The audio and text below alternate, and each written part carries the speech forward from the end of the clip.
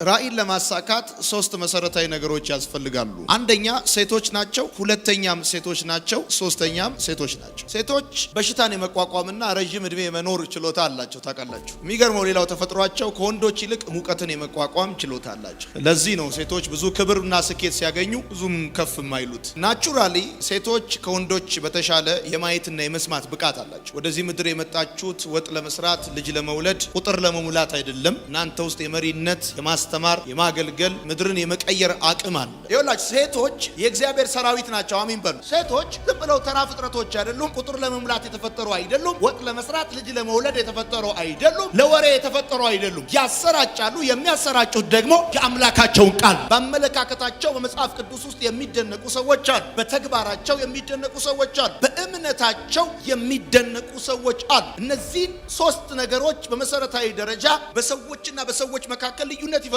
መጽሐፍ ቅዱስ አንዲትን ሴት ታላቅ ሴት ብሎ ስያሜ ይሰጣል። ታላቅ ሴት ብሎ እቺ ታላቅ ሴት የሚል መጠሪያ የሰጣት ሴት በመጽሐፍ ቅዱሳችን ውስጥ በጣም በሚገርማችሁ ሁኔታ ስሟ አልተጠቀሰም። የነበረችው በኤልሳ የአገልግሎት ዘመን ነበር። ትኖርበት የነበረው ከተማ ሱነም ይባላል። በየትኛውም ጊዜ በእስራኤል ቆንጆ ሴቶች በሚፈለጉ ጊዜ ተፈልገው የሚገኙት ሱነም የሚባል አካባቢ። ከሱነም ስለሆነች ሱናማይቷ የምትባለዋ ሴት ቆንጆ ሴት ነች። ስሟ አልተጠቀሰም።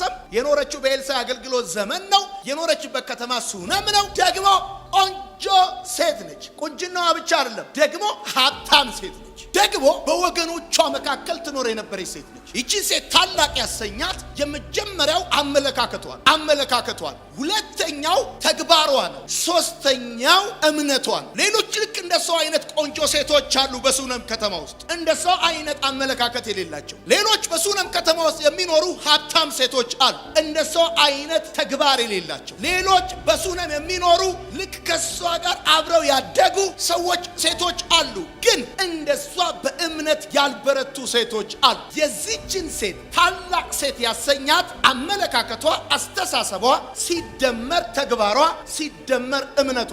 አንድን ሴት ታላቅ የሚያረጋት ጥፍሯ አይደለም። አንድን ሴት ታላቅ የሚያረጋት ታኮ ጫማዋ አይደለም። አንድን ሴት ታላቅ የሚያረጋት ጸጉሯ አይደለም። ቆንጆ ነው። እነዚህ ነገሮች ሁሉ ጥሩ ናቸው። አንድን ሴት ታላቅ የሚያረጋት ሀብቷ አይደለም። አመለካከቷ፣ ተግባሯና እምነቷ። ይቺ ታላቅ ሴት እንጀራ እንዲበላ ግድ ብላ ወደ ቤቷ ላስገባችውና ደጋግማ ለጋበዘችው ለኤልሳ የነበራት አስተሳሰብ የተለየና የከበረ አስተሳሰብ ነበር። ኤልሳ ወደዚህ ሴት ቤት የገባው አንዴ ወይም ሁለቴ አይደለም። በተደጋጋሚ ጊዜ ወደዚህ ሴት ቤት እንደገባ ከታሪኩ ትረዳላችሁ። በዚያ ባለፈ ቁጥር ወደዚህ ሴት ቤት ይገባ ነበር። ሰዎች አንድን ሰው ደጋግመው ካገለገሉት፣ ደጋግመው ካስተናገዱት፣ ደጋግመው በቤታቸው ከተቀበሉት በጊዜ ሂደት ለዛ ሰው ያላቸው ቫልዩ እየቀነሰ ነው የሚሄደው። በሌላ አማርኛ ምን ብሎ ሊያስብ ይችላል? በቤቱ ምግብ የሌለው ችግረኛ፣ ረሃብተኛ፣ አይን አውጣ፣ ይሉንታ የማያውቀው፣ ከፍ ሲልም ምግብ የማይቀርብለት በሌላ ቀን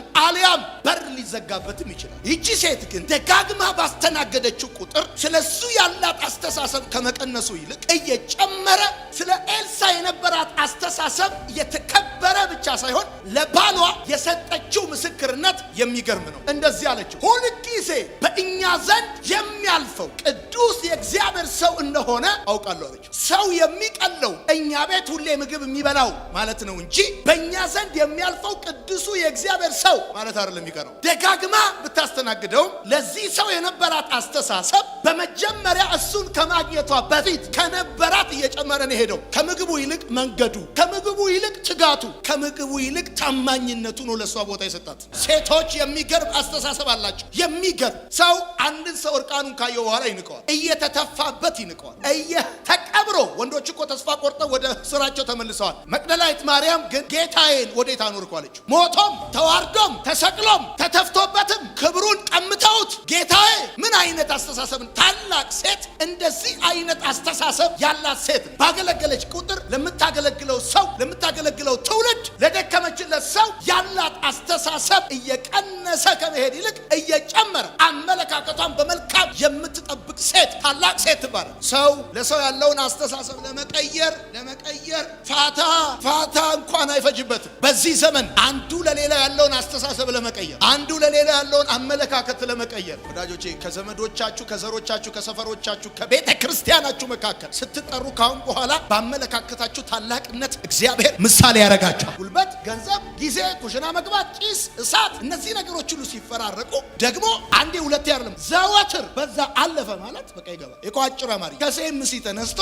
ሲያልፍ ይገባል። ደግሞ እንጀራ ሊበላ ወደዛ ይገባ ነበር ቢል ሊጸልይ ቆረ ቢገባ እንጀራ ሊበላ ምን አይነት ይሉንታ የሌለው ደረቅ ስንዝር ሲሰጡት ጋት ይጨምራል። በቃ ጴንጤ ሲባል እኮ ሼም የለው ሆዱን ይወዳል። በቃ እንደዚህ እኮ አገልግሎት ወይ ምን አይነት ደረቅ ነው እና አይደለም ያለችው። ለባሏም ይህ በእኛ ዘንድ ሁልጊዜ የሚያልፈው ቅዱስ የእግዚአብሔር ሰው እንደሆነ አውቃለሁ ያለችው ሰው እኛ ብንሆን የሚቀናን ይህ ሁልጊዜ እኛ ቤት እንጀራ የሚበላው ለባሏ ምስክርነት ስትሰጥ ዘወትር እንጀራ ሊበላ እቤታቸው እንደሚገባ አልተናገረም። እኛ ሁልጊዜ ፌቨር የምናደርግለት ምን አይደለም ያለችው። ምን አይነት አስተሳሰብ እንደነበራት። ይህ ሁልጊዜ በእኛ ዘንድ የሚያልፈው ቅዱስ ሰውን በጣም እያወቃችሁ ስትሄዱ እየተገባባችሁ ስትሄዱ የዛ ሰው ቫልዩ እየቀነሰባችሁ እንደሚሄድ የሚታመን። ይህቺ ሴት ግን ለባሏ የሰጠችው ምስክርነት ለማንም ከምትሰጠው ምስክርነት የተለየ ነው። ምክንያቱም ሴቶች አንደኛ ሲናገሩ ስትሬት ነው የሚናገሩት፣ ብላክ ኤንድ ዋይት ነው የሚናገሩት። ሲጀመር ማንም ሁን ከየትም ሁን ሴቶች ከተናገሩ እውነት ነው የሚናገሩት። ስለዚህ ብላችሁ ፈልጌ ለባሏ የሰጠችው ምስክርነት ከውስጧ ከልቧ እንደሆነ የምታውቁት። አንደኛ ለባሏ ሴቶች የሚናገሩት ነገር ምንም ያልተጨመረ ያልተቀነሰ ትክክል በልባቸው የተሰማቸው ነው የሚናገሩት። ቅዱስ የእግዚአብሔር ሰው እንደሆነ አውቃለሁ። የታላቅነት ዋናው ጉዳይ ቁንጅና አይደለም፣ ፋሽናችሁ አይደለም፣ ሽቷችሁ አይደለም፣ ጫማችሁ አይደለም። አስተሳሰባችሁ በትውልዳችሁ መካከል ለትልቅነት መጠሪያ ይሰጣችኋል። ማንም ሰው ከላይ ታፔላ ሊለጥፍላችሁ አይችልም። ከአስተሳሰብ የሆነን ደግሞ ስያሜ ማንም ሊነጥቅባችሁ አይችልም። ከውስጣችሁ የሆነን ነገር ታላቋ ሴት ቅዱስ ብላ ለጠራችሁ የእግዚአብሔር ሰው የነበራት ነገር በአስተሳሰብ ደረጃ ብቻ የተገታ አልነበር፣ ወደ ተግባርም የተሸጋገረ ነበር። እንጀራ ማብላቷን እንደ ዋነኛ ተግባር ወይም እንደ መጨረሻ አገልግሎት አልቆጠረችው። በዚያም አልተኩራራችም። አንዳንድ ሰው የአገልግሎቱ መጀመሪያ አገልግሎቱ መጨረሻ በሆነ ነገር አገልግሎቱን ይጀምራል፣ በዛው ይጨርሳል። በጣም ብዙ ሰው የአገልግሎቱ መጀመሪያ የአገልግሎቱ መጨረሻ። እቺ ሴት ከኤልሳ ጋር በነበራት የአገልግሎት አጋርነት እንጀራ በማብላት ብቻ ጀምራ እንጀራ በማብላት ብቻ አልጨረሰች። አስተሳሰቧ ባደገ ቁጥር ተግባሯ የሚያድግ ነበር፣ ድርጊቷ የሚያድግ ነበር። ብዙዎቻችን በሆነ በምንሰጠው አገልግሎት እንኩራራለን። እኔ እኮ ነኝ የቆረቆርኩት፣ እኔ እኮ ነኝ ያቆምኩት፣ አስተናግጄ እንደዚህ አድርጌ መንጥሬ ቆንጥሬ እንዲህ አድርጌ አስፈጭቼ ጋግሬ ምናምን በጣም የምንኩራራው በምንሰጠው አገልግሎት። እንጀራ ማብላቷን እንደ ዋነኛ ተግባር አልቆጠረችው። በቤተ ክርስቲያን ውስጥ ታላቅ የሚባሉ ሴቶች የሆነ አገልግሎታቸውን እንደ ዋነኛ ተግባር አይቆጥሩም። የመጨረሻ አገልግሎትም አድርገው አይቆጥሩም። ወዳጆቼ በአሸርነት ጀምራችሁ ከሆነ የመጨረሻ አይደል። በማስተማር ጀምራችሁ ከሆነ የመጨረሻ አይደል። መንባ በመስጠት ጀምራችሁ ከሆነ የመጨረሻ አይደል። በማጽዳት ጀምራችሁ ከሆነ የመጨረሻ አይደል። በምትሰጡት አገልግሎት አትኩራሩ። ታላቅ ሴት በምትሰጠው አገልግሎት አትኩራራ። አገልግሎቷ ደግሞ የጀመረችበት የመጨረሻ እንደሆነ አርጋም አትቆጥርም። ተራ ሰው ብትሆን ታላቅ ሰው ብትሆን እንጀራ ለማንኛውም ሰው የሚሆን ጉዳይ ትልቅ አጀንዳ አይደለም ለማለት ፈልጌ። አሁን የጀመራችሁት አገልግሎት ትንሹና የመጀመሪያው ማንኛውም ሰው ሊያገለግለው የሚችለው አገልግሎት ነው። ሌላ አለ። ከፍ አድርጋችሁ የምትገለጡበት አገልግሎት አለ። ከፍ አድርጋችሁ እመኑኝ፣ ጌታ ምስክሬ፣ ከፍ አድርጋችሁ ኤልሳና ማርያም ሲገናኙ ጽንስዋ እንደዘለለ ልክ እንደዚህ እግዚአብሔር እንደዚህ ይላቸዋል። አሁን ያላችሁ አገልግሎት በጣም ማንኛውም ሰው ሌላ አለ የሚበልጥ አገልግሎት እግዚአብሔር ይሰጣቸዋል። ይኸው ጌታ ምስክር፣ እዚህ መካከል የእግዚአብሔር መንፈስ እንደዚህ ይለኛል። ስመጥር የሚሆኑ ሴቶች አሉ። የአብርሃምን ስም እንዳከበረ የአብርሃምን ስም ገናና እንዳደረገው እግዚአብሔር እንደዚህ ይላቸዋል። ስማችሁን አገናዋለሁ። ሁለተኛ ነገሥት መጽሐፍ ምዕራፍ 4 ላይ ስትመለከቱ እንደዚህ ያለ ይችላል። ትንሽዬ ቤት በሰገነቱ ላይ እንስራለት፣ በዚያም ደግሞ አልጋ፣ ጠረጴዛ፣ ወንበርና መቅረዝ እናኑርለት ብላለች። ትንሽዬ ቤት በሰገነቱ ላይ እንስራለት። ተመልከቱ፣ ይህንን እቺ ሴት ያሰበችው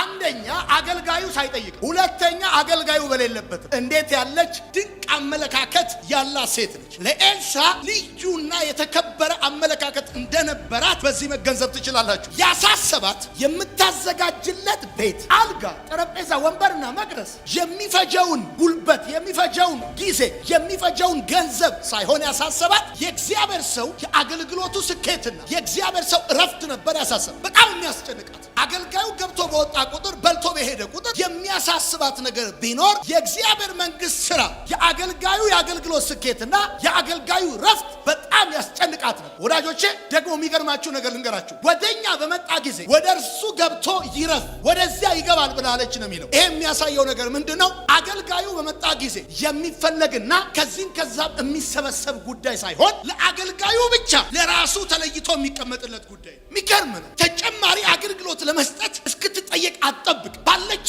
የአገልግሎት ደረጃ አትረካ። ባለችበት የአገልግሎት ልክ አትረካ። መጨመር ህይወቷን፣ አስበው ማድረግ ህይወቷን፣ ተጠይቃ ሳይሆን ጠይቃ ማድረግ ህይወቷን። ይሄ ነው ህይወቷ። የታላቅ ሴት ህይወት እስክትጠየቅ አትጠብቅም። አድርጊልኝ እስክትባል ድረስ አትጠብቅም። ታስባለች። ደግሞ የሚያሳስባት ገንዘብ አይደለም፣ የሚያሳስባት ጉልበት አይደለም፣ የሚያሳስባት ጊዜው አይደለም፣ የሚያሳስባት የእግዚአብሔር መንግስት ስራ፣ የአገልጋዩ ረፍት፣ የአገልጋዩ የአገልግሎት ስኬት ያሳስባታል። እስኪነገራቸው አትጠብቁ። በአመለካከት ላቅበሉ። ደግሞ ስለ እግዚአብሔር መንግስት ያላችሁ አስተሳሰብ በአስተሳሰብ ደረጃ ብቻ መቅረት የለበት። በጣም ብዙ ሰዎች እኮ ያስባሉ። በጣም ቤታቸው ሆነው እኮ ያስባሉ። እንዲህ ቢሆን፣ እንዲህ ቢደረግ፣ ቤተክርስቲያን እንዲህ ቢሆን፣ ትውልዱ በዚህ ቢሄድ፣ ወንጌል እንዲህ ቢሆን ብለው ያስባሉ። ግን አክሽን ሲባል ወፍ ወደ እሷ የሚመጣ የእግዚአብሔር ሐሳብ በመንፈስ ቅዱስ በኩል በልቦ የሚሞላ ክብር አለ። ይሄን ለማድረግ ገንዘቧን ማሳሳ፣ ጉልበቷን ማሳሳ፣ ጊዜዋን የምትሰጥ ሴት። በጣም ብዙ ሰዎች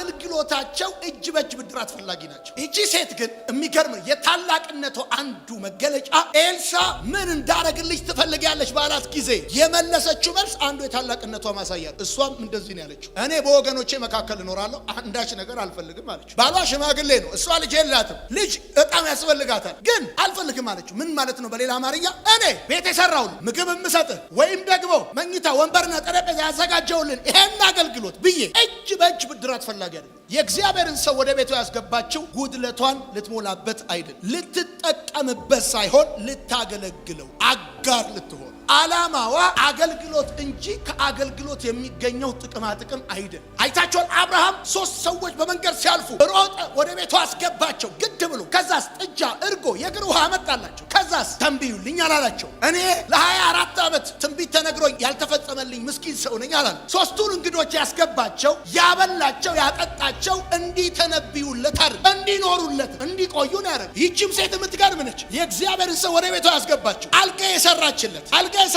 ጠረጴዛው፣ መቅረዝ፣ ምግብ ያቀረበችለት ልትጠቀምበት አይደለም። ዓላማዋ አገልግሎት እንጂ ከአገልግሎት የሚገኘው ጥቅማ ጥቅም አይደለም። አንድ ሴት አለች፣ ታላቅ ሴት፣ በቁመት በገንዘብና በመልክ ሳይሆን ከልብ በሆነ ውስጣዊ ውበት ለምትሰጠው ነገር እጅ በእጅ ብድራት ፈላጊ ያልሆነች፣ ስትሰጥ የአምላኳን መንግስት አስባ የምትሰጥ፣ ሰማያዊውን ፕሮግራም አስባ የምትሰጥ፣ ከማንም አንዳች ጠብቃ የማትሰጥ፣ መስጠት ህይወቷ የሆነ ወዳጆቼ፣ ክርስቲያን የማይቋረጥ ደግነት ባለቤት። ደግነታችን ከተቋረጠ ከምንጫችን ተቆርጠናል ማለት ነው። ሰው ከምንጩ ካልተቆረጠ በስተቀር ደግነቱ አያቋርጥ። ለምንድነው የምታገለግሉት? ለምንድነው የእግዚአብሔር ሰው የምትቀርቡት? ለምንድነው ለሰዎች አገልግሎት የምትሰጡት? ለምንድነው በእግዚአብሔር ቤት ውስጥ ደፋ ቀና የምትሉት? ለምንድነው ገንዘባችሁ፣ ጊዜያችሁ፣ ጉልበታችሁን የምትሰጡት? ለምንድነው? እንድትጠቀሙ። የእግዚአብሔርን ቤት ስለምን ትፈልጉታላችሁ? አገልግሎትን ስለምን ትፈልጉታላችሁ? ጉድለታችሁ እንዲሞላ፣ የሌላችሁ ነገር እንዲኖር፣ ወይስ መስጠት ማገልገል ህይወታችሁ ስለሆነ? ታሪክ ጽፈው የሚያልፉ ለትውልድ መነሳት ምክንያት የሚሆኑ የእግዚአብሔርን ዓላማ ፕሮግራም እንደ ዲቦራ የሚያስፈጽሙ ሴቶች ሊጠቀሙ ሳይሆን ሊጠቅሙ፣ ጉድለታቸው ሊሞሉ ሳይሆን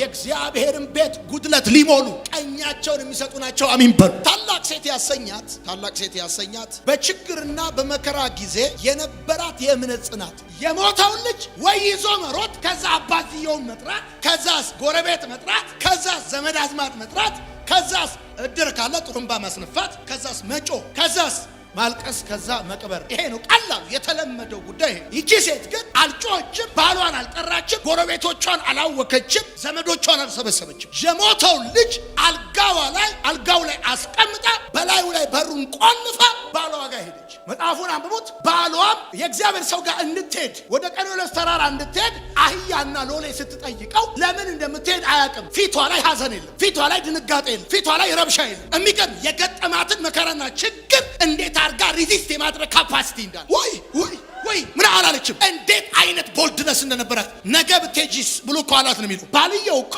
ነገ ብትሄጂስ፣ አሁን በዚህ ሰዓት መሄድሽ አያስፈልግም ብሎ እስኪላት ድረስ ቤት ልጇ ሞቷል። አንድ ልጇ ነው የሞተው፣ ምትክ የለውም፣ በስተርጅና የተወለደ ነው። ግን ይሄ ችግር ይሄ መከራ የተጋፈጠችበት እምነትና የእምነቷ ጽናት የሚገርም ወዳጆች፣ የሚገርም እኮ ነው። አህያውን ተቀበላ ሎሌውን አስከትላ እንደዚህ ያለችው ይላል፣ ሳልፈቅድልህ አህያውን እንዳታዘገየው አለችው። ይኸውልህ ለመንገዷ አህያና ሎሌ መጠቀሟ፣ አህያ መውሰዷ፣ ሎሌውን ማስከተሏ ጉዞ ረጅምና ከባድ እንደሆነ ያስታውቃል። የእግዚአብሔር ሰው ተራራ ላይ የነበረው ቦታው ርቀት አለው። ለዚህ ነው ቅርብ ቢሆን በእግሯ ትሄዳለች፣ ቅርብ ቢሆን ሮጥ ብላ ትደርሳለች። ግን ረጅም ነው፣ ሩቅ ነው። ስለዚህ ነው አህያ ያስፈልጋት፣ ሎሌ ያስፈልጋት፣ የሚያግዛት ያስፈልጋት። ስትሄድ የሚገርም ነው ደግሞ መንገድ ላይ ሁሉ ደህና እንደሆነ እየተናገረች ነው ሄደች። ሁሉ ደህና እንደሆነ ታላቅ ሴት ይኸውልህ ችግር ሲገጥማት፣ ታላቅ ሴት መከራ ሲገጥማት፣ ታላቅ ሴት በቤቷ አንዳች አስደንጋጭ ነገር ሲከሰት የምትታወቅ ሳትሆን በአምላኳ ፊት በእምነት የምትጸና ታላቅ ሴት በመከራዋና በችግሯ ጊዜ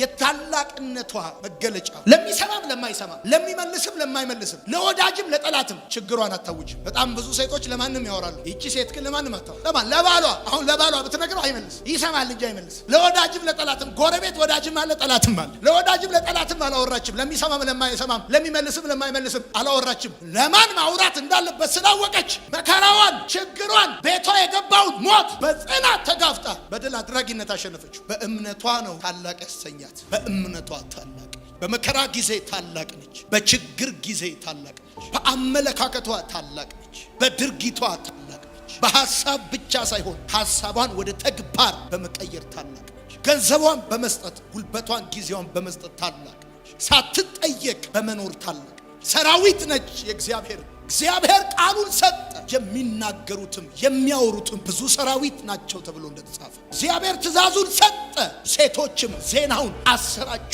ተብሎ እንደተጻፈ። እናንተ የእግዚአብሔር ሰራዊቶች ናችሁ።